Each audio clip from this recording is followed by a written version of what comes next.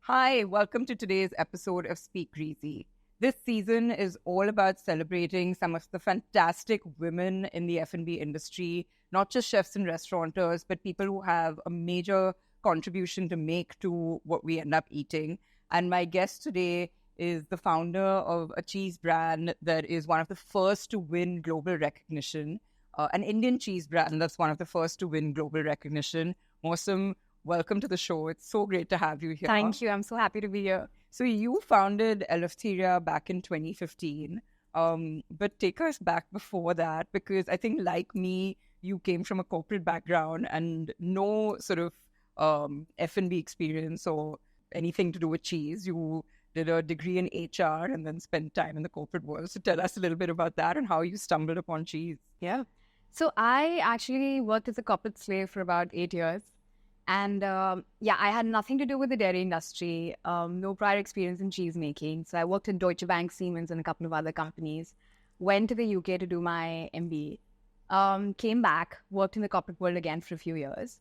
And just like I always say, just like any other self-respecting millennial, I started baking my own bread over the weekends.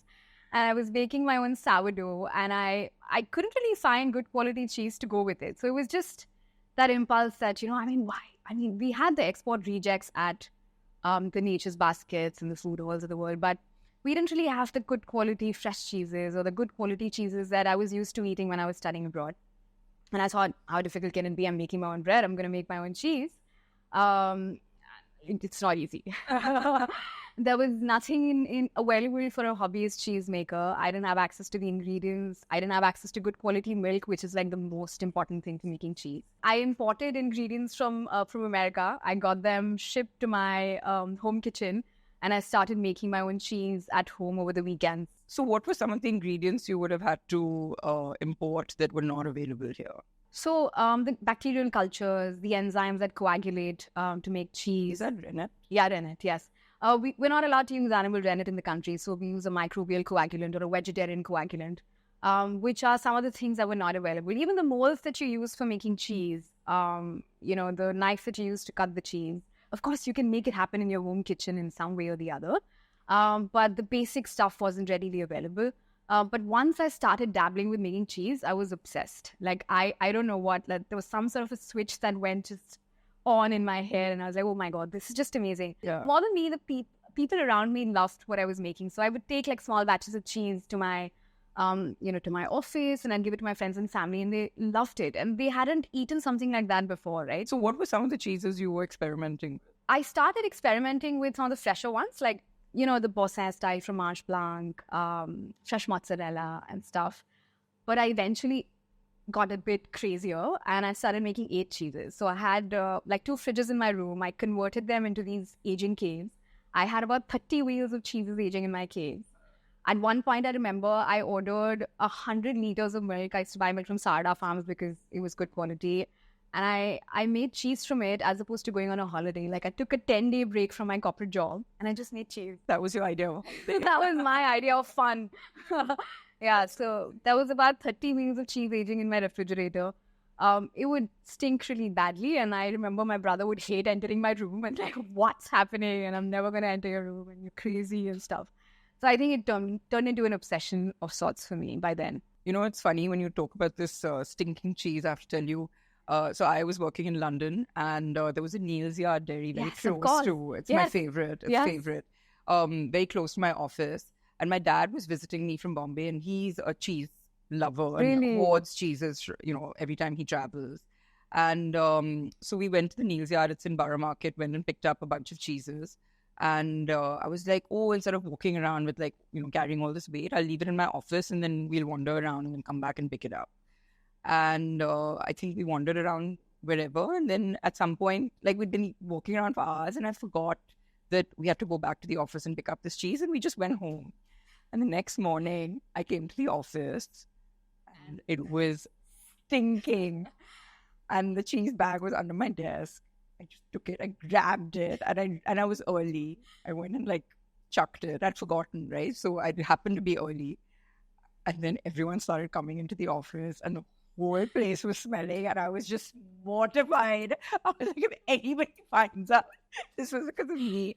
Speaking of wheels, Jay and I, when we travel, we're always picking ingredients up. And I remember we picked up this 25-kilo wheel of cheese on one of our...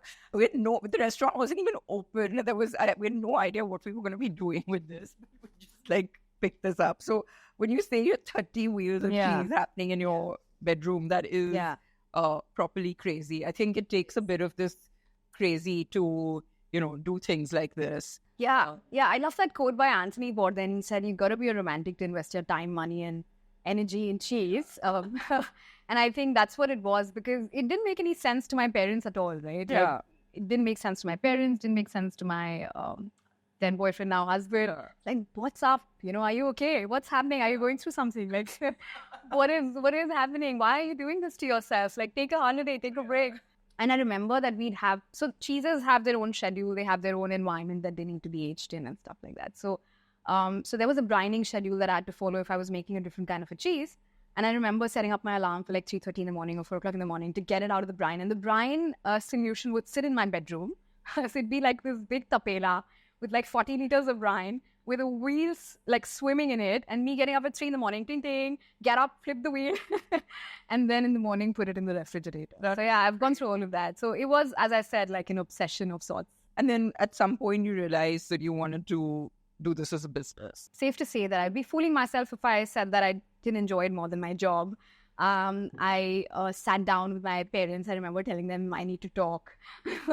And then I sat them down and I said that, I think I'm going to, open a tiny creamery. And by then I'd figured out that there was a clear gap in the market, right? We didn't have the kind of produce that we do right now. This is 10 years back. Yeah. And we have access to good quality cheese now, which we didn't back then. And they said, "Are you going to buy cows and move to a farm? Like, what is happening in your head?" They were worried for me. But I said that, no, don't worry about it. I'm going to be an urban cheesemaker. And I read all about it. It's all the rage. And, I'm going to make a business out of it. And don't worry about me. And they were like, you're leaving a high-paying, secure job. You finished your studies. Literally the same intervention I had with my family. Really? At least you would be making cheese for a year and a half, 2 years. I literally went from like working at a desk job to quitting and opening this restaurant, which I'd never ever done before with Jay. Wow. And it was literally exactly the same conversation. You've gone through it. and it was exactly that. And I had to literally sit them down for an hour and explain it to them that, this is genuinely what I want to invest my time and energy in. And just stay with me. I'm going to try it out for a year or two. And I have a fallback option, right? Same thing. Exact ditto, same thing. Yeah. That's because amazing. it is that thing. It's like, what do you have to lose, right? I mean, if you've been doing that for a while, and I say this to people who, want to kind of switch industries and get into a very risky business like F&B, is that, have a fallback, because if you have that sort of, assurance in a way that, you can go back to something if all fails, then that's a good sort of place to be in. And unlike me, like I said, you dabbled in it for a while. You didn't just sort of switch on a whim. And I think that is also a really sensible way of doing it, where you kind of have a good sort of feeling for what you're doing. But were you selling any of what you were making before you actually started the business? I did do a lot of pop-ups, and that was sort of like me testing waters. I wanted to just understand, get a feel of the market, understand how people are responding to the product, get the feedback going, and that really gave me a boost. And I got the validation. Yeah, I got the validation that I needed to, make that step. It wasn't really a business then. It was just me making some cheeses at home and selling it just to get feedback.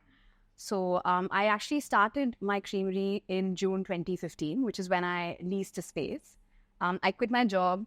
I leased a space. It was just me and a 21-year-old girl who I hired, who I'd convinced actually to join me, because nobody really understood what I was doing, right? So it took a lot of convincing in all departments. And I leased that space, and I did R&D for about 8 months. I remember, just experimenting with cheeses, just drafting up a menu, trying to understand What's going to be the strategy? What's the go-to-market? Who am I going to sell to? What is this? What am I doing? Where am I? All of those moments that you have when you start something new. And I was doing it all by myself. So it was like a lonely journey. And then in 2016, and I had to get married in 2016. So that was all fixed. And I had to like wind it all up before I went for the holiday. And I remember not going on my honeymoon, coming back because I had a business to run. For this is literally the same thing that happened. But anyway. So I came back and I started cold calling, right? I started cold calling because it was difficult for me to get my foot in the door.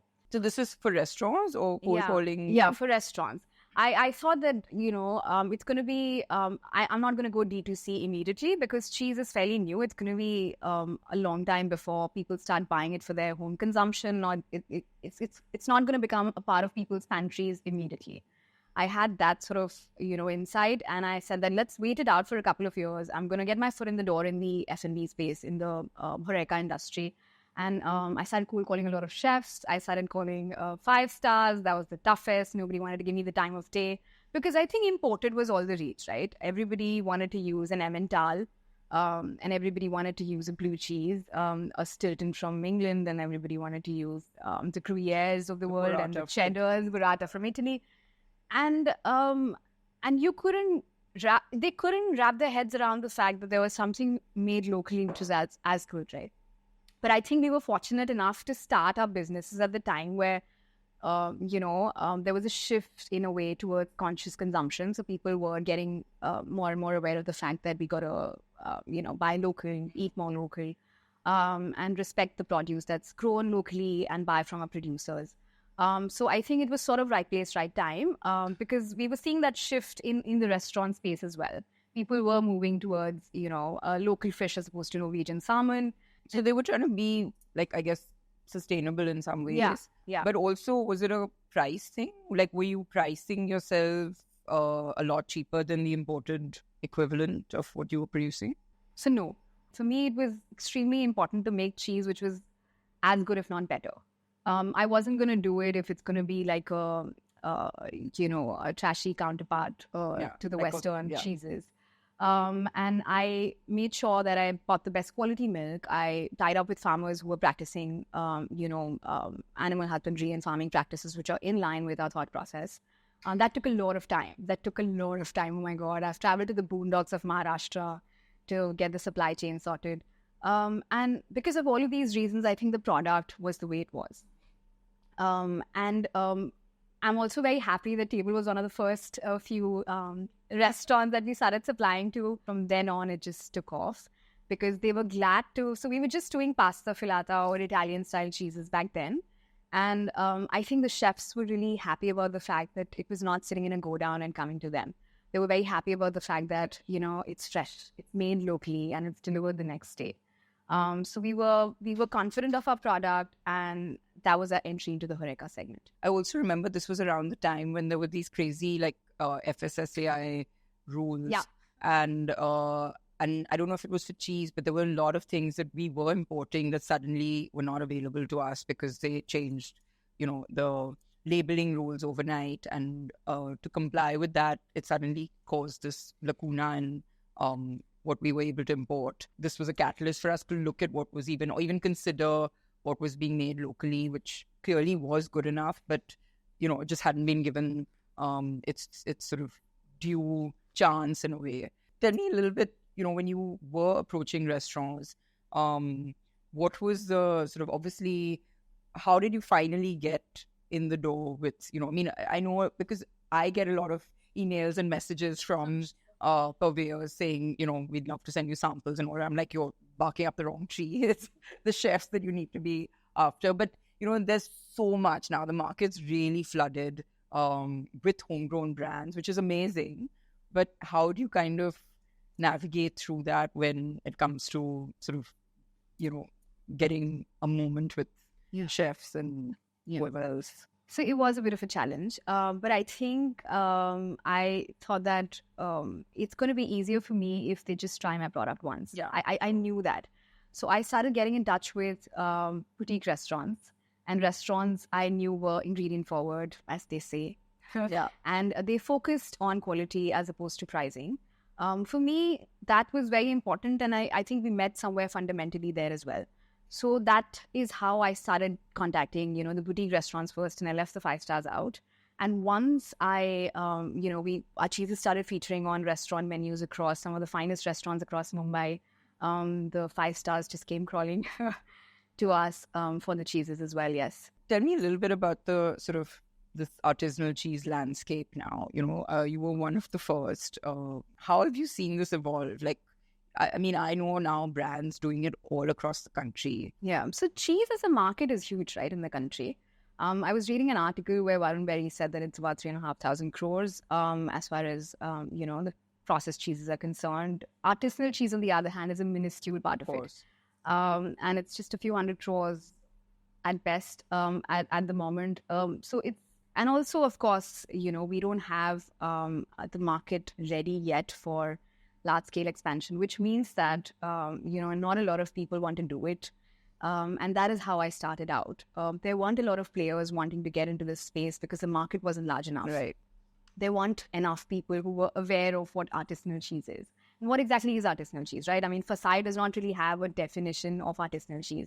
They have a distinction between processed and unprocessed or real cheese. And that's about it. And what is artisanal? So it all starts from there. It started from... So what is artisanal? Artisanal... cheese, essentially, or real cheese. I like to call it real cheese. Yeah, you mentioned real cheese. I was going to ask. So, I mean, as opposed to processed. Yeah, as opposed to processed. So, real cheese is 100% dairy. Processed cheese is 45-50% at best dairy. And the rest of it is all emulsifiers, artificial colorings, oils. And it's not really good for you in large quantities. And it's something we grew up eating, right? For us, cheese is something that melts. Yeah. It comes in, or it was for the longest time. It's something that melted, something that came in a cube or a slice format, and it's something that we all enjoyed growing up. I mean, cheese chili toasts and cheese sandwiches and all is something that it was a staple for all the kids back in the 80s, 90s. And artisanal cheese, we don't have a culture of it. It is essentially concentrated milk solids. But if I were to elaborate on it, it is focusing on craftsmanship. It is focusing on honest ingredients. It is focusing on, the time-honored techniques of cheese making, and with minimal mechanization, without any preservatives or colorings. This is how broadly you would describe artisanal cheese.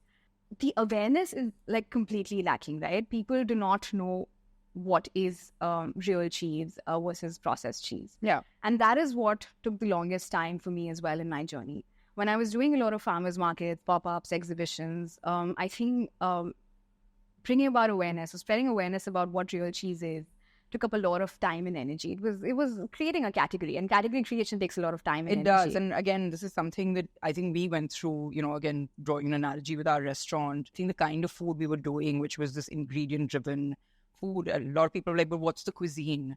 And that whole phase of education that even we went through of that it doesn't have to be sort of one specific cuisine and it's really about ingredients shining, it took time, but I think that when you are trying to create a category, as you said, you have to be willing to be patient and, invest not just your time and effort, but a lot of money as well, because it does take time to start seeing those returns when you're in that education phase. But I think that patience is really important when you're doing something new and introducing it to the market. Yeah, I fully agree. I think patience, perseverance and resilience, right? I mean, you got to pick yourself up and just keep going.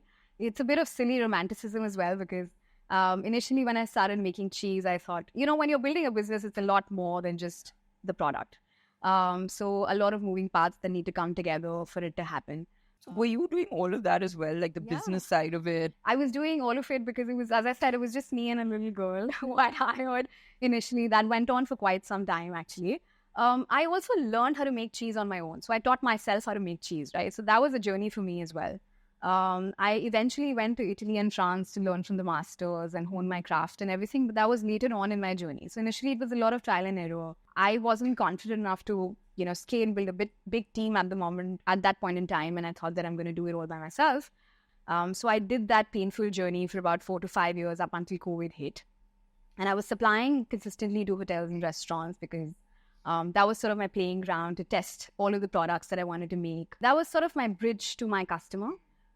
They would know what to do with the product without me having to go and, educate my customer, convince my customer to buy it. So that worked out for us beautifully because at that point in time, we had a lot of boutique restaurants and standalones such as, yours come up in the city. And that sort of gave an impetus to producers like us to showcase our products, which wouldn't have been the case, 15 years back. It's really funny because we're a dairy nation, right? Like, why do you think this hasn't happened before? Is it, like you said, the perseverance and the time it takes to make real cheese that people aren't willing to invest in? Obviously, that also means when you're not using preservatives, that there's a shorter shelf life, there's, possibly more wastage. Cold chain is a nightmare, as we know in this country. I think it's a very interesting question and one I ask myself very often. India is one of the largest producers of milk in the world. We have about 4 lakh dairy farmers in Maharashtra alone. We consume a lot of dairy products, but we don't eat cheese. Cheese, as it's known in the Western world, is not something we're familiar with here. Primarily, it's for a couple of reasons. The climatic conditions, of course, most part of the country is hot and humid. Difficult to eat cheese. Of course, you can eat cheeses in the Himalayas, in the north of India, and probably where it's cooler.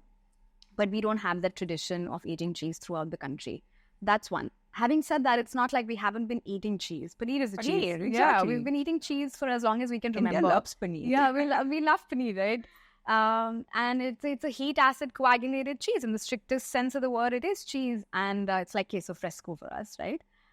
So we have been making cheese and fermented dairy products. We do a lot of yogurt and we do chena. We do a lot of Indian desserts. That's also cheese. It's like sweetened cheese balls. But we don't think about it that way, but it is essentially concentrated, coagulated milk solids.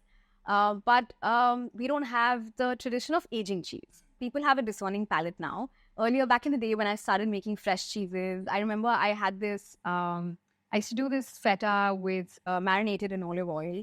And at one of the farmers markets, I had someone come up to me and said, "Is this paneer?" And someone came up to me and said, "Does it have egg in it?" We've come a long way since then, right? And people are demanding good quality Indian products which are at par. And it's a fantastic time to be making cheese right now. And I think it's finally sort of paid off, all the hard work. I know sometimes you run out of some of your cheeses because then we have to take the dish off the menu. But especially with the aged ones, I think, which do take time. But it's a good sign, I guess. I read somewhere that a lot of the dairy farmers in Italy are actually from Punjab. Yes. Is that true? Yes. Crazy. It is. So I traveled to Italy to learn how to make cheese. To hone my craft. I was already making cheese by then. It was 2019, right before COVID. I was in Campania. So I went to a couple of caseifici there, which are, cheese facilities that make fresh pasta, filato, mozzarella style cheeses. And I saw a bunch of Indians there. So I remember going to they took us to the dairy farm. And there was an Indian gentleman who was from Punjab who was taking care of the animals and stuff. And they're entrenched in the dairy business there. You have a lot of them making Parmigiano Reggiano as well. I went to Italy, the supermarket chain there, and there was this mozzarella operation that was happening in the middle of all the Italian goods and produce being made by 3 Indians. And they saw us and like, "Hi, would you like to try a mozzarella?" I said, "Yeah, why not?" And they were making a fresh mozzarella. They gave it to us and we tried it. And the boss was like so flummoxed, like, "What's happening?" You guys know each other. But yeah, it's crazy because then, why are they not here doing the same thing? That's because, as I said, the market's not big enough for people to enter yet. But it's slowly picking up, right? COVID, 2020 is when we had to pivot because all the restaurants shut and we had to start our D2C business. And I think 2020 is when I'd truly say that, we arrived in the market, because before that, it was all, we weren't there in the minds of the consumers as a brand. We were, of course, there via the chefs and all the beautiful people who were using all of our cheeses. So it completely switched, I think, in COVID, right? For a lot of other food brands as well, as you may have, encountered. Our bakery as well. We were the same. We were a B2B brand. We were only supplying other restaurants and cafes. Yeah. And then we had to switch to retail. And one of the reasons we were never we were B2B always was because, again, the shelf life is like 24 hours. Yeah. And you know exactly how much you're making when you get a pre-order and you make to order. Yeah. With retail, again, there's always that pressure to, sell the product, to sort of reduce. And that's, again, that with short shelf life products, that's always a challenge. A big challenge. Yeah. I think... So fundamentally, when I started making cheese, I was 100% sure that I'm not going to add preservatives to the product. I was going to be true to it, and I will not add it for getting scale. It's the easiest for us to get into the low moisture mozzarella space or the mascarpone or the sour cream space. It's easier because it's putting a facility and churning out stuff, catering to the market when the demand already exists. That's not where my heart lies. I want to do the difficult stuff, the stuff that's more delicious, the stuff that India has not seen. We should produce cheeses with the good quality milk that we have to make the amazing cheese that we should be proud of eventually, as opposed to making the mass manufactured stuff. So shelf life is one of the biggest hurdles that comes our way as far as scaling is concerned. And that's why we've, kept it very simple. We do not stock it with any of the distributors. We do D2C ourselves. So we do the last mile ourselves within Mumbai. And as far as across the country is concerned, for our Horeca and everything, we ship it ourselves everywhere. So you don't do retail to the rest of the country right now? We don't. We do a little bit of... Like the D2C? We do D2C through our website, a little bit across metros. And 80% of it is in Mumbai. And as far as modern trade is concerned, we're present in the premium modern trade outlets, so the Nature's Baskets of the world. But that's not our primary focus because I think at the moment it's just for vanity. It's not something that's working phenomenally well if the shelf life is not taken care of. Right. So if you give mozzarella a shelf life of 45 days, does that even make sense? It's not even mozzarella anymore, right? I mean, the high moisture mozzarella balls that I'm talking about, it's not the low moisture stuff. So it completely goes against the ethos and the integrity of the product. But if you do that, then yes, it makes sense. But that's why we started focusing on the affinage program for cheese. Affinage is the art and science of aging cheese. And as I said, I was aging a bunch of cheeses even before I started. The fresh cheeses for me was to get an entry into the space because there was, hardly any products available in Maharashtra. And now, of course, we do have a couple of players making fresh cheeses. Affinage is where I get to truly showcase my chops, or where I get to experiment and have fun with milk. And it's truly taken off after we launched D2C in 2020. And that's one of the reasons why we sometimes run out of it. I'm sorry. But we're planning on growing it. So I said to my team, and I told them that I'm not going to do the vacuum packed cheddar, which is what everyone wants. We're going to do the cloth bound cheddar, the traditional way. We're going to call it Indian names because it's Indian cheese. It's made here with our local product and our milk. Why should we call it? So initially when we'd go and pitch our aged cheese to the restaurant, they'd be like, kya hai? Cheddar hai? Gruyere hai? Gouda hai? What is it? Why are you calling it these names which we don't understand? Slot it in a category that makes sense to us. And then, of course, we had to write a byline saying it's a cheddar style or this style or whatever. But we've come a long way since then as well. And now we have demand for our products just as they are. We have a product which is called Konark, which is reminiscent of the wings and the Konark temple.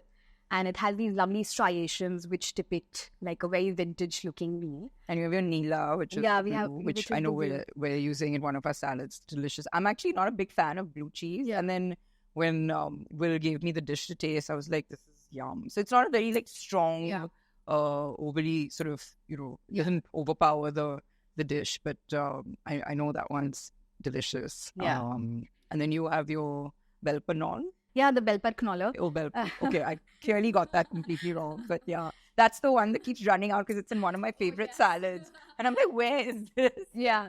But that's an aged. Yeah, that's like a aged cheese ball. It's got... So it appeals to the Indian palate quite a bit because it's got Himalayan pink salt, crushed garlic, and it's coated in Kerala black pepper. So it's got the holy trinity. Salt, garlic, pepper. Every Indian loves. Yeah, so that's something that's a crowd favorite as well. And along the way, of course, we've made a lot of other cheeses which are truly ours. So, talking about sort of all the Punjabis who are now in Italy making cheese.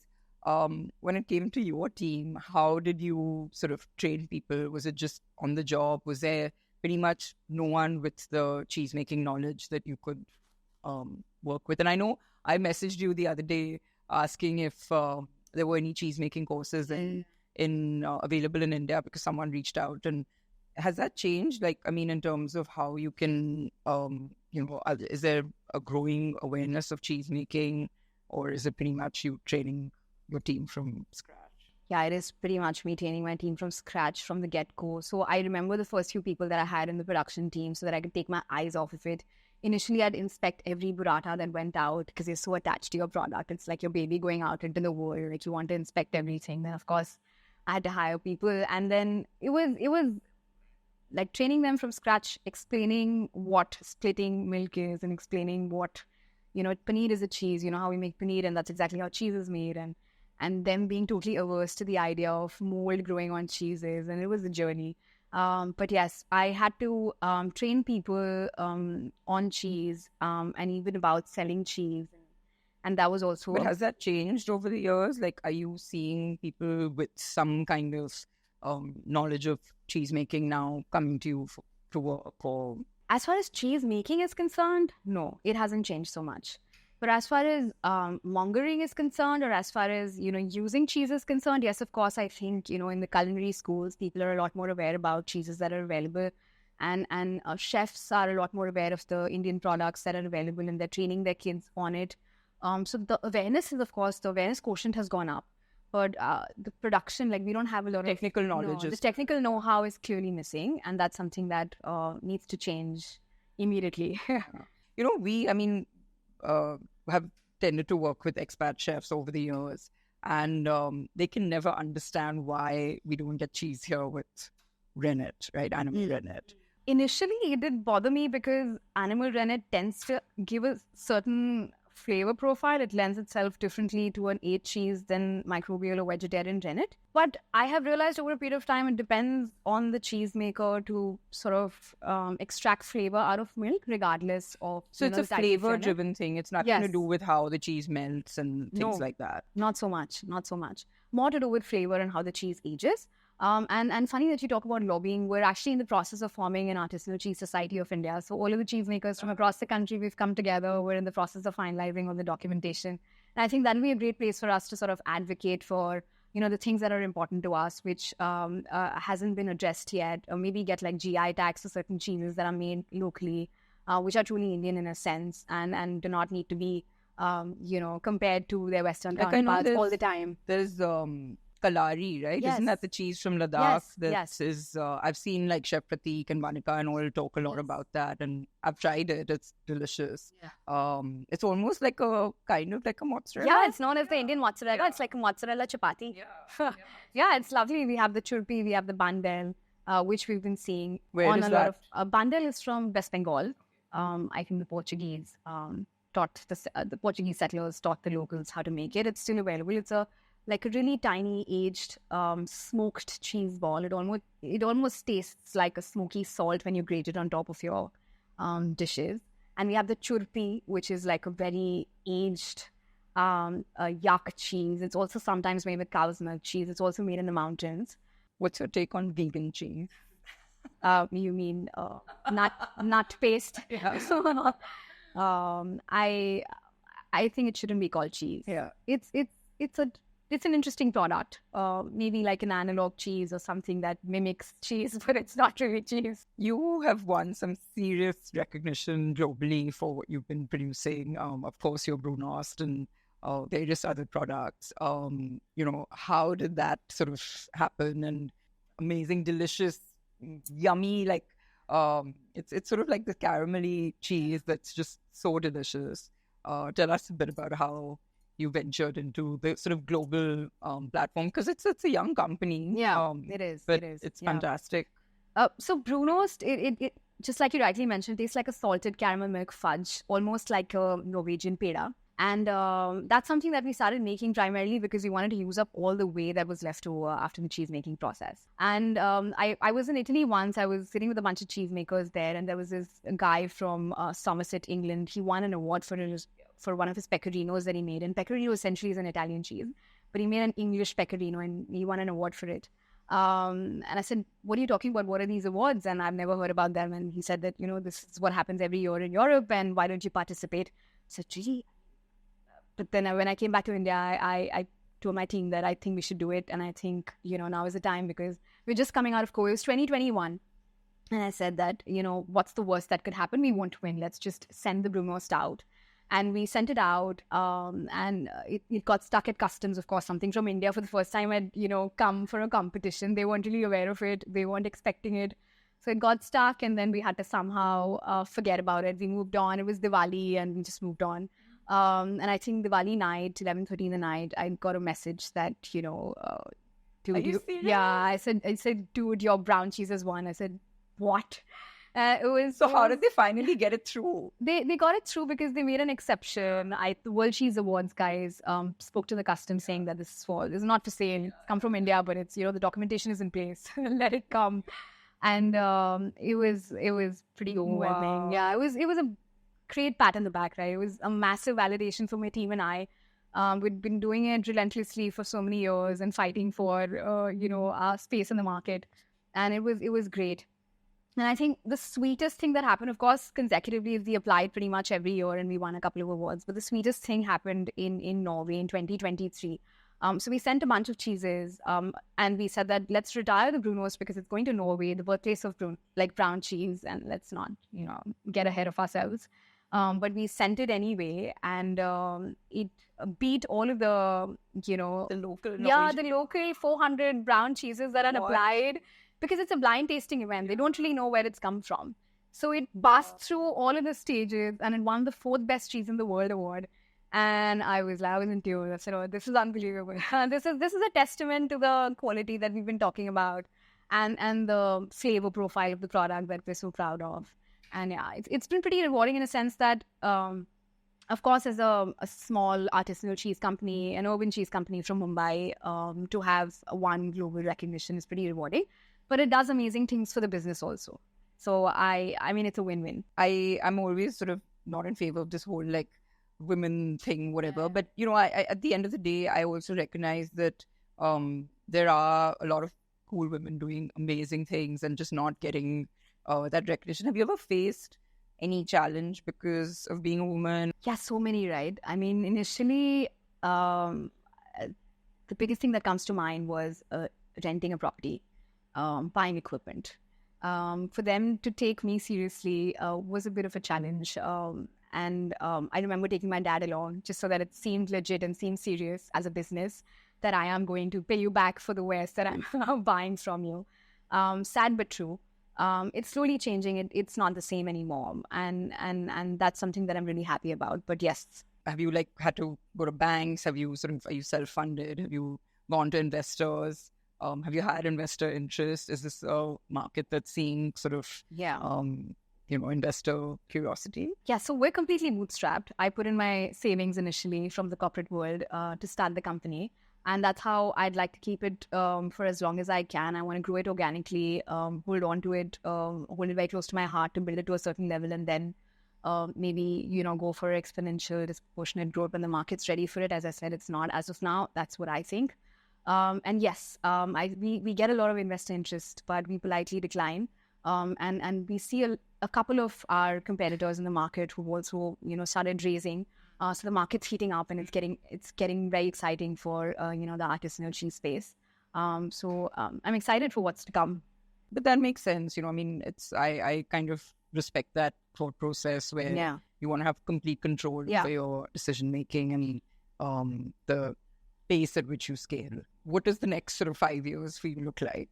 So, for me, I think the biggest vision would be to take Indian cheese to the world. For me, I mean, I want to champion the cause of Indian artisanal cheese. For me, that's paramount. It has to have its time in the sun. It's important. And for that, we're working on actually opening a little fromagerie.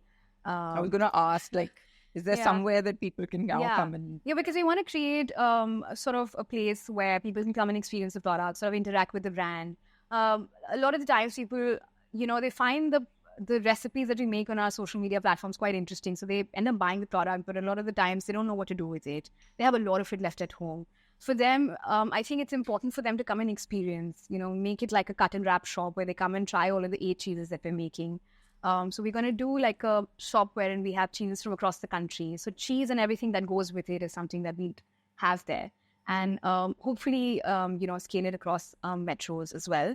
But start with Mumbai first. I love your grazing platters that you Thank do. You. Those crackers and, everything. It's like beautifully designed. It's the easiest thing to have out there when you're hosting and when you're entertaining. And you make all of those sort of products as well now in-house that sort of complement your cheeses. Yeah, so we actually have separate divisions. So when we started doing D2C, the first thing that, we were hit with was people don't know what to do with it. They've eaten it at the table. They've eaten it at, a Chin Chin or any of the other restaurants that they've tried our products at. But a lot of the times, also they wanted convenience of all the products on one platform. It's like if I'm buying the burrata from you, you might as well give me the pesto and the focaccia as well. I don't want to go to 3 different places to get those products. That's when we decided to have like an online store, like an online fromagerie, which is what we have right now, where we do cheese accompaniments and everything that goes with cheese. And that's when we started doing, people were entertaining at home. Everyone was entertaining. Everyone was entertaining. So that became really big. And because it was just us catering to the market need of, wanting cheese boards and charcuterie boards and grazing tables, like a convenient, easy, fun way to entertain. And it's a good for you product. It's healthier for you as opposed to the lovely chakna that we have going around during parties. How do you, you work with dairy farmers across Maharashtra, as you said. So how do you maintain consistency? So in artisanal cheese making, we do not tamper with the raw material to get a certain output. We sort of tweak the recipe to suit the raw material. And that's one of the pivotal things that differentiates our cheese making, in comparison to the processed cheese making or the commercial industrial cheese making. As I said, the supply chain was the trickiest bit, right? We have a lot of milk, but it's not the best quality. So we had to work with the dairy farmers who were on the same page as us. It took a lot of time. Like, I remember traveling to places that I never imagined traveling to and meeting up with farmers and convincing them, incentivizing them to make the quality of milk that we needed for our products. Milk is extremely... What do you make the quality of milk? Like how? I mean, it's coming from the cow, right? Yeah, but it is about the feed that you give to the animal. It is about the quality of the milk. So the milk has to be free from antibiotics. It has to be free from adulteration. It has to be free from aflatoxin. It has to be free from all of the nasties that we have in our milk right now. And that's a task because there's so much indifference around it, because it's going to be heated to a certain temperature and you're not going to think much about it. And nothing's going to be made out of it, which is going to age for 12 months or express itself. So they don't care. They don't care. And they're not incentivized enough to do that. So we said that we will pay you extra and let's work together. Let's build this together. And I'm so happy that, it's paid off. And I have, 4 dairy farm partners that we've partnered with a couple of years back. And they've been with us through the entire journey. And these are what, like Gir cows? No. So we have a mix of indigenous and HF or Holstein Friesian cows. These are dairy farms that, follow the practices that we've asked them to follow. And we also have like an in-house testing system. So we test the milk as soon as it lands at the creamery. So there are a couple of tests that we need to run. Only then we take the milk on. So we have an in-house lab. And milk is milk, but it expresses itself in cheese very differently. So we get to know how the milk was. Summer milk is different from a winter milk. And the flavor profile changes accordingly. And you get that nuance when you've tried, of course, a lot of cheese and you've worked with it quite a lot. Wow, that sounds like you need a degree in milk to do this, but very interesting. Moving to some sort of fun stuff, like what's the craziest cheese pairing you've ever come across?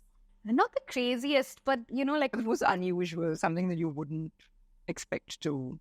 I like to pair, our cheeses with a lot of Indian condiments. So I like to pair, say, for example, our Claude Barn cheddar with the Indian, the chunda that we get. And it pairs beautifully as opposed to like a marmalade or so. It pairs beautifully. I like to pair it with a teza. Not like a forced fusion, but it genuinely tastes good. Yeah. Nice. What's a myth about cheese that you'd love to bust? That it makes you fat. Does it? Oh my God, this is the best news ever. That is that. I'm gonna like take this clip and listen to it every time. Stuffing down my. It's a good source of fat and protein. You gotta eat it in moderation, but it's good for you. I'm sold. Have you ever smuggled cheese through the airport? All the time. All the time. I do it all the time. Yeah, I've smuggled cheese to and fro both. Everybody in my What's your favorite cheese? It's such a tough question.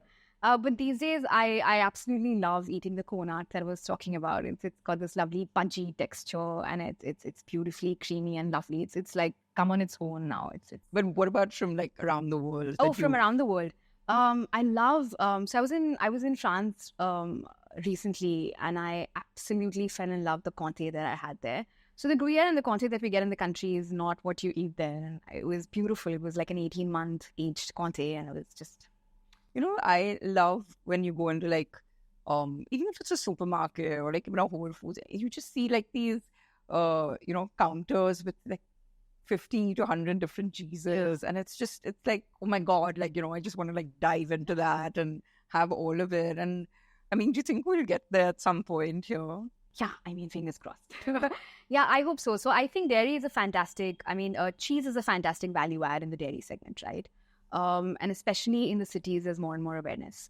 And as I said, it's a good for you product. If you want to give your child a cheese chili toast, put a cheese that's made locally with the good quality ingredients, with 100% dairy as opposed to doing like a processed cheese, grating on it.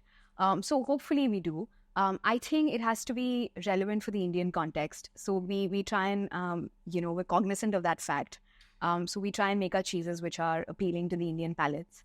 And I think if you do that, if you make it contextual and if you position it well, then why not? Yeah. Well, here's hoping. Yeah, here's hoping. For selfish reasons. Yeah. What's the most special grazing table you set up?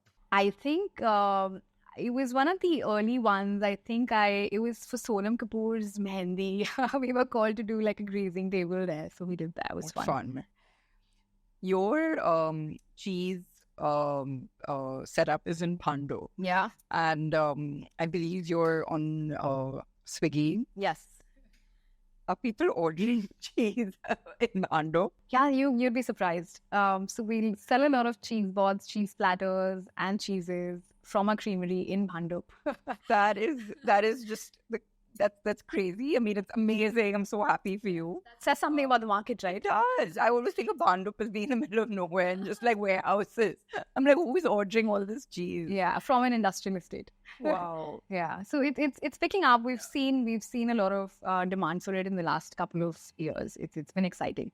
Listen, you've done something truly fantastic, and I really wish you all the best. Thank you. I hope that this grows manifold times, and it's really, I love your cheese, and like I said, you're a welcome addition to all our parties, and of course to the restaurant where we're very sad when it's not available. So there's something that you're doing that's really magical, and congratulations. Thank you so much. Thank you, Gauri.